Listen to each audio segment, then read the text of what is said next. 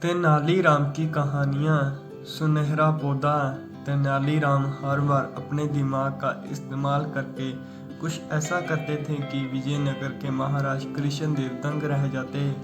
इस बार उन्होंने एक तरकीब से राजा को अपने फैसले पर दोबारा विचार करने पर मजबूर कर दिया था।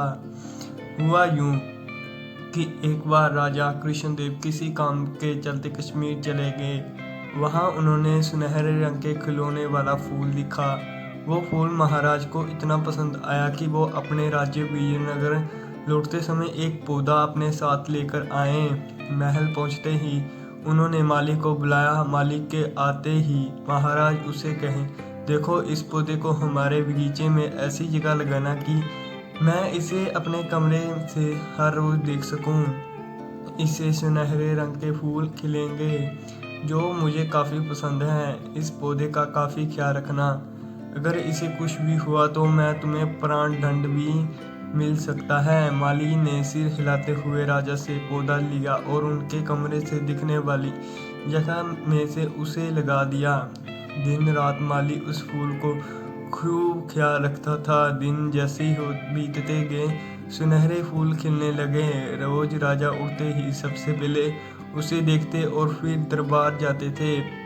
अगर किसी दिन राजा को महल से बाहर जाना पड़ता तो उसे फूल को ना देख पाने के कारण उनका मन भी दुखी हो जाता था।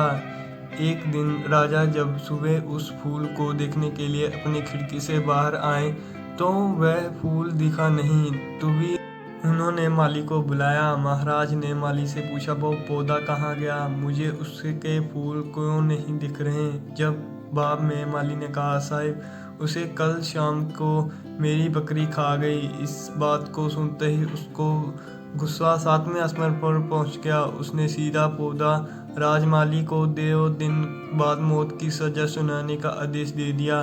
तभी वहां सैनिक आ गए और उसे जेल में डाल दिया। मालिक की पत्नी जैसे ही इस बारे में पता चलता है वो दरबार के राजा से फरियाद करने पहुंचती।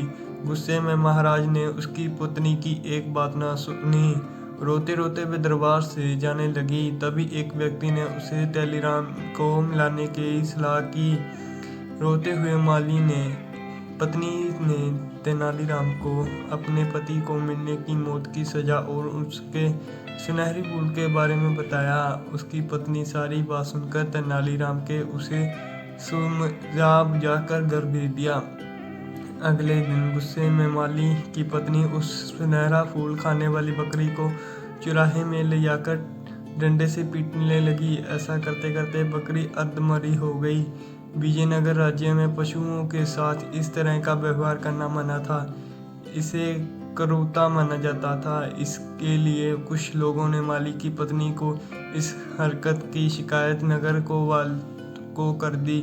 सारा मामला जानने के बाद नगर कोतवाल के सिपाहियों को पता चला कि जैसा मालिक की मिलने दंड की वजह से गुस्से में आकर कर रही है। ये जानते ही सिपाही इस मामले को दरबार में लेकर गए। महाराज कृष्ण राज ने पूछा, तुम एक जानवर के साथ इतना बुरा व्यवहार कैसे कर सकती हो?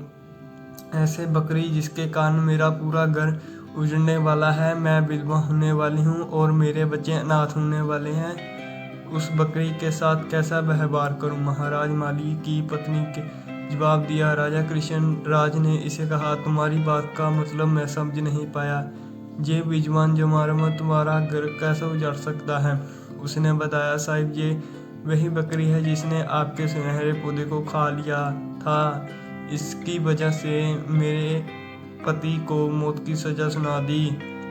गलती तो इस बकरी की ही थी, लेकिन राजा सजा मेरे पति को मिल रही है। सजा असल में इस बकरी को मिलनी चाहिए, इसलिए मैं इसे डंडे से पीट रही हूँ। अब महाराजा को यह बात समझ आ गई कि गलती माली की नहीं बल्कि इस बकरी की थी।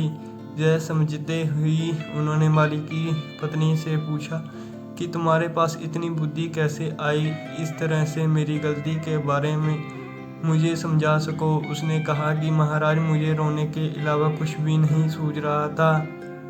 यह सब पंडित तेनालीराम के समझाया है। एक बार फिर राजा कृष्णराज को तेनालीराम पर गर्व महसूस हुआ और उन्होंने कहा कि तेनालीराम, तुमने मुझे एक बार फिर एक बड़ी गलती करने से रोक दिया। जय कहते ही महाराज ने अपनी गलती मानी और माली को मृत्यु दंड का फैसला वापस कर लिया और उसे जेल से भी रिहा करने के आदेश दिए। साथ ही तेनालीराम को उसकी बुद्धि के लिए 50,000 स्वर्ण मुद्राएं उपहार के रूप में दे दी। कहानी से सीख, समय से पहले कभी नहीं हार माननी चाहिए। कोशिश करने से बड़ी सी मुसीबत से निपटा जा सकता है। आप सबको हमारी ये कहानी कैसी लगी कृपया सुनकर बताएं। धन्यवाद।